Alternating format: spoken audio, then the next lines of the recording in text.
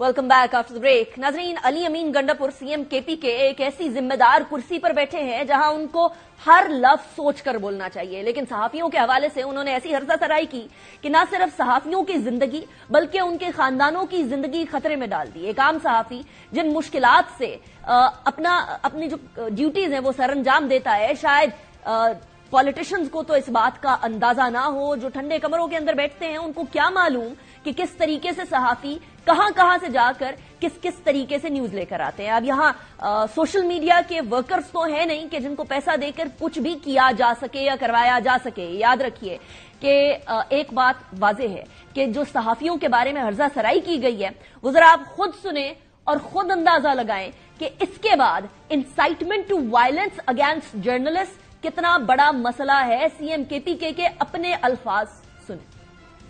ہمارا کچھ بکاؤ میڈیا اور صحافی بکاؤ جو سامنے بیٹھے ہوتے ہیں اپنا قلم وہ بیچ چکے ہیں. میں لعنت بھیجتا ہوں تمہاری صحافت پہ. بکاؤ ٹٹو یہ جو صحافت کر رہی ہے، میں نے نوٹ بھی کھا، میرا موڈ بنے. اس طرح کے الفاظ استعمال کرنا کسی عام شہری کے لیے بھی غلط ہے، لیکن صحافیوں کے لیے اس طرح کے الفاظ استعمال کرنے کا مطلب ہے کہ ان کی جانوں کو ایک بار پھر خطرے کے اندر ڈالنا. سی پی جے کے 2023 کے گلوبل امپیونٹی انڈیکس کے اندر پاکستان کا نمبر 11واں ہے، اور 11واں نمبر کا مطلب یہ ہے کہ 16 سال سے اس انڈیکس کے اوپر رہنے والے پاکستان کے اندر 8 انسالوڈ مرڈرز ہوئے ہیں جو کہ صحافیوں کے تھے، اور کل آبادی کے تناسب سے یہ ایک انتہائی الارمنگ نمبر ہے. اس کے علاوہ جو بربریت اور ظلم کیا جاتا ہے وہ الگ بات ہے. پاکستان تحریک انصاف کی ایک روش رہی ہے کہ جب بھی پاکستان تحریک انصاف کے خلاف کوئی صحافی، کوئی جج یا کوئی جو بیوروکریٹ ہے وہ کوئی قدم اٹھائے تو اس کے حوالے سے اس طرح کی باتیں کرنا شروع کر دی جاتی ہیں. کچھ صحافیوں نے اپنا رد عمل دیا ہے میرے پروگرام کے لیے، ذرا وہ سنیں.